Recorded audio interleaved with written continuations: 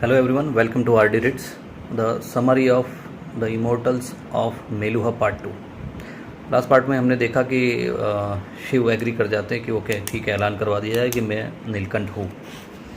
तो वैसे ही ऐलान कर दिया जाता है कि भाई नीलकंठ आ चुके हैं और इनकी एक बहुत ही भव्य यात्रा का आयोजन किया जाता है कि जो हर बड़ी सिटी से होके निकलेंगे और पब्लिक से इंटरेक्शन करेंगे, मोदी जी की तरह। जैसे मोदी जी हमारे रैली में जगह जगह जाते हैं, कोई ना कोई प्रोग्राम में जाते हैं, लोगों से फॉरेन जाते हैं, तब भी लोगों से मिलते हैं, इंटरेक्शन करते हैं, लोगों में एक पॉजिटिव स्पिरिट भर देते हैं। लाइक ऐसे ही कुछ प्लान था कि शिव नीलकंठ भी मिलेंगे लोगों से, तो लोगों में एक आत्मविश्वास आ जाएगा, एक कॉन्फिडेंस आ जाएगा ज़बरदस्त, और एक पूरे देश में पॉजिटिव एनर्जी फैल जाएगी। तो ऐसे ही इस विज़न को ध्यान में रखते हुए उनकी यात्रा स्टार्ट होती है। अलग अलग सिटी होते हुए लोगों से मिलते मिलते मिलते आगे चले जाते होते हैं। उसमें एक सिटी होती है करचप्पा, वहाँ पे एक इंसिडेंट होता है। वैसे इंसिडेंट तो इस बुक में बहुत सारे हैं, बट 400 पेज की बुक है। इतने छोटे से टाइम में मैं आपको ईच एंड एवरी इंसिडेंट नहीं बता पाऊँगा, बट एक बड़ा एक आइडिया ज़रूर दे दूँगा आपको, जो बहुत ही इंपॉर्टेंट है, जिससे आपको एक स्टोरी का आइडिया आ जाएगा। तो सिटी ऑफ करचप्पा में एक इंसिडेंट होता है, क्योंकि अब तक क्या होता है कि सती के दिल के द्वार शिव के लिए खोले नहीं होते हैं। शिव बहुत ज़्यादा ट्राई करते हैं, लेकिन वो इम्प्रेस ही नहीं होती है, और ना ही वो ऐसा बिल्कुल भी हिंट देती है कि वो उनको लाइक करती है। तो शिव काफ़ी परेशान होते हैं। बट यहाँ एक ऐसा इंसिडेंट हो जाता है कि जिसकी वजह से ये पॉसिबल हो जाता है। तो यहाँ पे एक यज्ञ का आयोजन होता है। तो यज्ञ के पहले मतलब सबसे पूछा जाता है कि किसी को प्रॉब्लम तो नहीं है। तो वहाँ पे एक कैरेक्टर होता है तारक, वो अपोज करता है सती का वहाँ पे प्रेजेंट होने का, क्योंकि सती एक विकर्मा थी। विकर्मा के बारे में आपने पहले एपिसोड में देखा है कि जो लोगों को ऐसा माना जाता है उनको पहले जन्म की पाप की सज़ा मिल रही हो। सती के भी पहले शादी हो चुकी होती है, उनके हस्बैंड की डेथ हो जाती है, उनका बच्चा भी मर गया होता है, तो इस वजह से उनको भी विकर्मा कैटेगरी में रखा गया है। तो उसकी वजह से माना जाता है कि किसी भी अच्छा कार्य में इन लोगों की प्रेजेंस नहीं होनी चाहिए। हालांकि सती यज्ञ से काफ़ी दूर थी, लेकिन फिर भी वहाँ पे तारक करके एक कैरेक्टर है, वो काफ़ी ऑब्जेक्ट करता है। तो उसकी वजह से सती भी काफ़ी गुस्से में आ जाती है और अचानक से वो उसको चैलेंज कर देती है। चैलेंज क्या है? तो अग्नि परीक्षा। अब इसमें क्या होता है कि एक रिंग होती है, आसपास पूरे आग जल रही होती है, और बीच में दो जो भी चैलेंज करेंगे एक दूसरे को, वो फाइट करेंगे। जो जीता वो उसकी बात मानी जाएगी। तो तारक जो कैरेक्टर था वो बहुत ही मतलब वो भी एक लड़ाकू ही था, कम से कम 6.5-7 फीट ऊंचा चौड़ा, एकदम ज़बरदस्त फाइटर था वो भी। तो सब मना कर रहे थे सती को कि प्लीज़ डोंट डू दिस, ऐसे बेवकूफ़ी मत करो। हालांकि सती अपने आप में भी एक योद्धा थी, लेकिन फिर भी सब उनको मना ही कर रहे थे। बट उस टाइम पे शिवा को पता नहीं क्या होगा, शिव ने क्या किया कि वो उन्होंने कहा कि नहीं ठीक है, सती जो करी सही कर रही है। उन्होंने विश्वास दिखाया सती में कि आई ट्रस्ट यू, तुम कर लोगी, मुझे पता है तुम उसको हरा दोगी, तुम उसको मार दोगी। तो सती भी काफ़ी एस्टोनिश थी, मतलब कि अचानक इसे क्या हो गया, अचानक क्या हो गया। तो फाइनली फाइट होती है, और होता भी ऐसा है जैसे शिव विश्वास करते हैं सती में कि सती उनको हरा देती है, उस फाइटर को हरा देती है। और फाइनली उस दिन ऐसा होता है कि शिव के लिए सती के दिल के द्वार खुल जाते हैं। तो शिव की खुशी का पार नहीं रहता। बट भैया, जब तक जैसे कि बॉलीवुड या तो सास बहू साजिश हो, कुछ भी अच्छा हो, लेकिन जब तक कुछ ट्रेजेडी नहीं आएगी तब तक तो शो ख़त्म ही नहीं हो सकता। तो इस स्टोरी में भी कुछ ऐसा ही है। तो क्या ट्रेजेडी आई, सुनिए आगे। तो वहाँ से फिर जब शिव और सती थोड़े क्लोज आते हैं, वहाँ से फिर कारवां आगे चलता है, तो अपना वापस लौटता है देवगिरी कैपिटल की ओर। तो रास्ते में लौटते हुए एक जगह पे बहुत ही हाहाकार मचा होता है, बहुत ही ज़बरदस्त, एकदम लोग भाग रहे होते हैं, आ रहे होते हैं। तो वहाँ पास में एक गाँव होता है कुंज। तो सब बाहर निकलते पूछते कि भाई क्या हो गया, अचानक क्यों भाग दौड़ मची हुई है, क्यों दौड़ रहे हो, कोई लुहान है, कोई कुछ है। तो बोला कि वहाँ पे नागाज ने फिर अटैक कर दिया है। नागा कौन? वही जो पहले एपिसोड में बताया था, जो प्रजाति को एकदम बॉयकॉट कर दी जाती है। वो काफ़ी डेंजर प्रजाति भी होती है। तो वो ऐसे टेररिस्ट अटैक करते रहते हैं बीच बीच में, जहाँ पे सैनिक नहीं होते।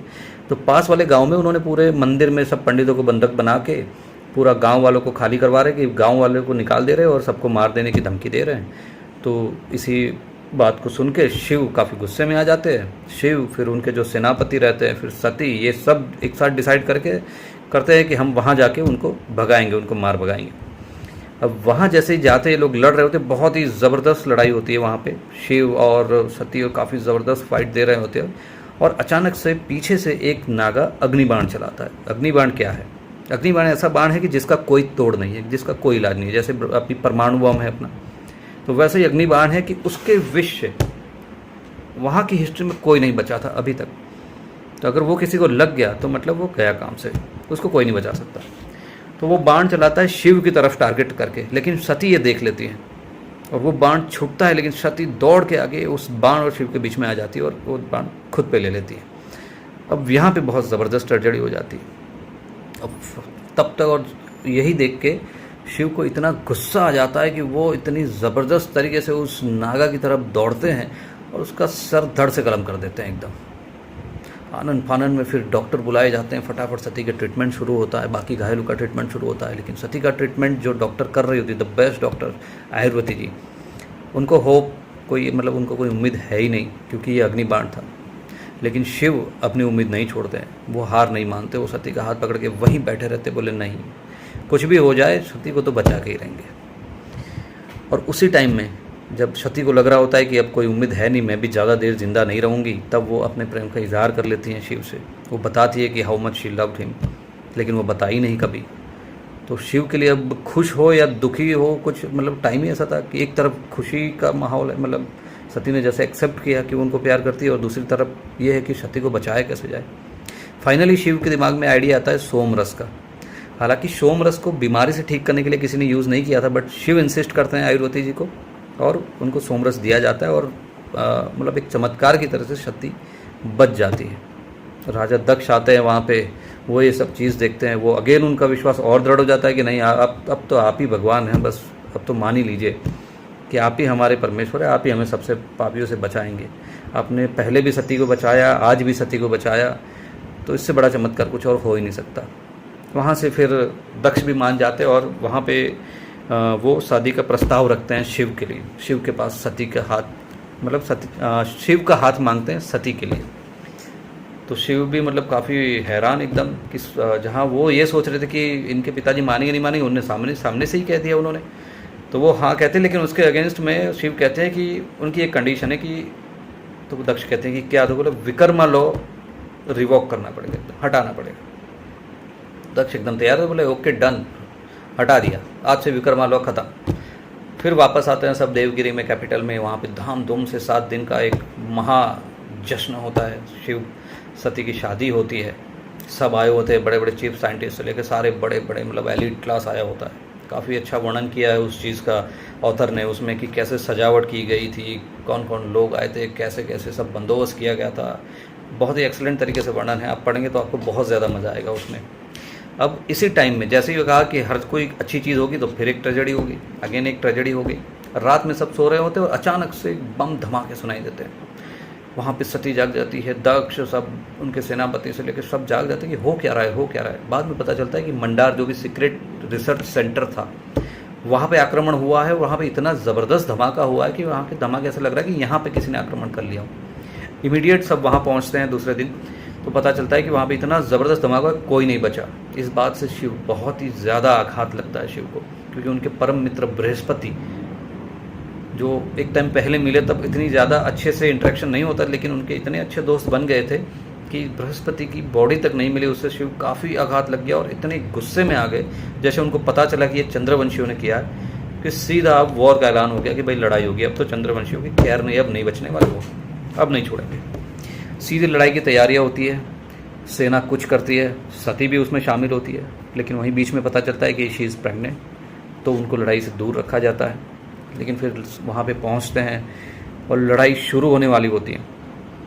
तभी वहाँ पे एक और चीज़ होती है कि एक विकर्मा रेजिमेंट बनाई जाती है। जैसे ही विकर्मा लॉ तो हटा दिया गया था, तो वहाँ का एक ब्रिगेडियर जो विकर्मा हो गया था, वो आते हैं और कहते हैं कि भाई हमें भी लड़ने का मौका दीजिए। हम 5000 विकर्म लोग हैं जो फिट फॉर फाइट है, फिट टू फाइट, तो उनको भी मौका दिया जाता है। और ये जो लड़ाई है पूरी, उसका जो एक वर्णन किया गया है, मतलब जैसे रोंगटे खड़े हो जाएंगे आपके, आप पढ़ेंगे तो ऐसे उसमें घुस के इसमें डीपली उसमें डुबकी लगा के अगर आप पढ़ेंगे उस नरेशन को ना, तो जैसे कैसे हर हर महादेव का नारा आता है, कैसे विकर्म रेजिमेंट को मतलब एक ज़बरदस्त रिस्पेक्ट दी जाती है नारे लगा के उनके नाम के। मतलब इतना ज़बरदस्त ऑथर ने उसमें लिखा है कि आपको मज़ा आ जाएगा। उसमें घुसना पड़ेगा, लेकिन आपको एकदम फील करना पड़ेगा वो चीज़, ऐसे वो उसको कल्पना करनी पड़ेगी आपको उस चीज़ की। आपको बहुत मज़ा आएगा उसको पढ़ने में। और फिर लड़ाई होती है और इतनी ज़बरदस्त, काफ़ी टैक्टिकल वे में लड़ाई दिखाई गई। लड़ाई का भी जो नरेशन है वो काफ़ी टैक्टिकल वे में है कि कैसे लड़ाई को जीता गया है, उसमें दिमाग लगा के पहले यहाँ से अटैक, फिर यहाँ से अटैक, फिर यहाँ पे रोकेंगे, इस तरीके से बहुत ही अच्छा टेक्टिकल वे में लड़ाई का भी नरेशन किया गया है। फाइनली चंद्रवंशियों पे विजय प्राप्त की जाती है, तो खुशी का माहौल होता है। अयोध्या की तरफ कूच होती है। भगवान राम की जन्मभूमि, जो सबसे एकमात्र और सबसे बड़े भगवान हैं चंद्रवंशियों के भी और सूर्यवंशी को भी। लेकिन वहाँ पे एक चीज़ होती है कि जो बंदी राजा को बंदी बनाया जाता है, उसका एक स्टेटमेंट होता है कि उसकी वजह से नीलकंठ काफ़ी परेशान हो जाते हैं। मतलब ऐसा क्या? तो वो कहता है कि अरे आप वहाँ उनकी साइड कैसे, आप तो हमारे यहाँ पे जन्म लेने वाले, आप तो हमारे यहाँ पे आने वाले थे, सॉरी जन्म लेने नहीं, लेकिन आप तो हमारे यहाँ आने वाले थे और हमें इन सूर्यवंशी पापियों से मुक्ति दिलाने वाले थे। तो शिव काफ़ी चौंक जाते, बोले है ये क्या हो रहा है, ये तो सेम स्टोरी मैं यहाँ सुन के आ रहा हूँ, तो ये यहाँ कहाँ से आ गई। वो काफ़ी चौंक जाते हैं। तब तक उस राजा को भगा दिया जाता है, मतलब जो दक्ष होते हैं राजा, उनको हटा देते, बोले ले जाओ इनको यहाँ से, ले जाके डाल दो कालकोठरी में टाइप। फिर वहाँ से चलते हैं अयोध्या जाते हैं, लेकिन अयोध्या पहुँचते हैं और वहाँ जाके एकदम पूरा एंटायरली पूरा डिफरेंट पिक्चर, जहाँ पे मेलुहा एक वेरी रिच कल्चर्ड, बहुत ही वेल मैनर्ड, वेल प्लान्ड एक अच्छी सिटी थी, अच्छा देश था। और यहाँ पे जो चंद्रवंशियों का देश है वो उससे एकदम 180 डिग्री अपोजिट है। मतलब यहाँ झोपड़पट्टी है, लोग रास्ते पे लड़ रहे हैं, ना सफाई है, गंदगी है, किसी का बड़ा घर, किसी का छोटा, किसी का लाल, किसी का पीला, किसी का नीला, जिसने जैसे मन चाह कर रखा है। लोग झोपड़पट्टी में भी रह रहे हैं, भूखमरी छाई हुई है, लोगों के पास पूरे कपड़े नहीं पहनने के लिए, खाने को नहीं है। मतलब ये सब देख के काफ़ी चौंक गए शिव कि ऐसा कैसे हो सकता है। फिर उनको लगा कि नहीं नहीं, मैंने तो सही किया है, यहाँ का राजा ही बेकार था, उसकी जिम्मेदारी बनती है लोगों के लिए कुछ करने की। इसमें हालांकि आज के पॉलिटिशियन के लिए भी एक अच्छा संदेश दिया गया है कि उनको क्या देखना चाहिए। हमारी हालत आज के देश में चंद्रवंशियों टाइप ही हुआ है, जबकि होनी चाहिए सूर्यवंशियों टाइप। लेकिन नेता को भैया कौन, नेता पढ़ेगा भी थोड़ी, इस बुक को पढ़ेगा भी तो कोई असर नहीं होगा। चलो हम आगे बढ़ते हैं स्टोरी में। तो वहाँ से शिव काफ़ी मतलब अंदर से परेशान रहते हैं, अंदर से उनका परेशानी रहती है कि मैंने कहीं गलत लोगों का साथ तो नहीं दे दिया, मैंने कहीं गलत लड़ाई तो नहीं कर दी, मैंने कहीं निर्दोषों को तो नहीं मार दिया। तो काफ़ी असमंजस में रहते हैं।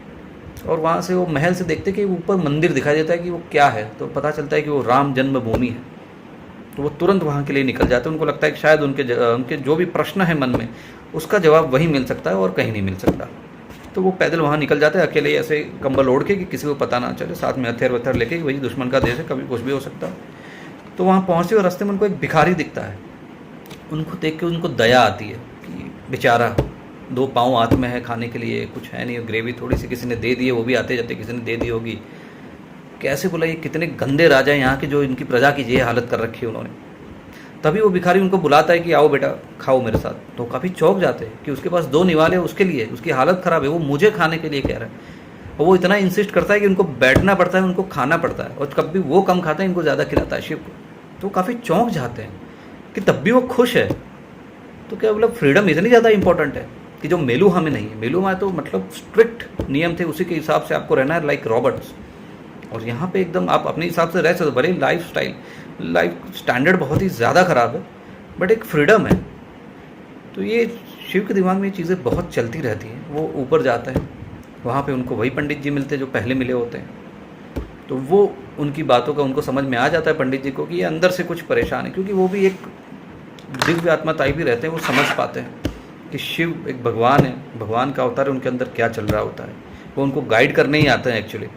तो वहाँ पे भी वो उनको गाइड करते हैं, उनके काफ़ी सवालों का जवाब देते हैं, उनको बताते हैं कि तुम्हें अपने सवालों का जवाब खुद ही ढूंढना पड़ेगा। जहाँ तुम नेगेटिव एनर्जी को ढूंढोगे वहाँ तुम्हें जवाब मिल जाएगा। वहाँ से शिव थोड़ा बहुत सेटिस्फाइड हो गए, नॉट फुल्ली सेटिस्फाइड, बट उनकी बात मान के वो फिर वापस चलते हैं महल की तरफ। और जैसे महल पहुँचने वाले होते हैं, जस्ट महल में पहुँचते हैं कि वहाँ पे एक ऐसा सीन क्रिएट होता है और वहाँ पे एकदम पिक्चर ख़त्म, टू बी कंटिन्यू। वहाँ पे ऐसा होता है कि सामने सती खड़ी है, शिव को नज़र आ रही हैं, यहाँ से शिव जा रहे हैं, सती के पीछे पेड़ है, वहाँ पे एक नागा खड़ा है, उसके हाथ में चाकू है। अब यहाँ पे एकदम और शिव जोर से चिल्लाते हैं सती, और वहाँ से भागना शुरू करते हैं सती की तरफ उनको बचाने के लिए। और यहीं पे ऑथर ने फर्स्ट पार्ट को रोक दिया है और सेकंड पार्ट में आगे की कहानी है। अगर आपको ये वीडियो अच्छा लगा हो तो please like it and share with others also, and please हमारे चैनल को सब्सक्राइब कीजिए। हम आगे और भी ऐसे ही वीडियो आपके लिए लाते रहेंगे। Thank you very much for watching. जय हिंद।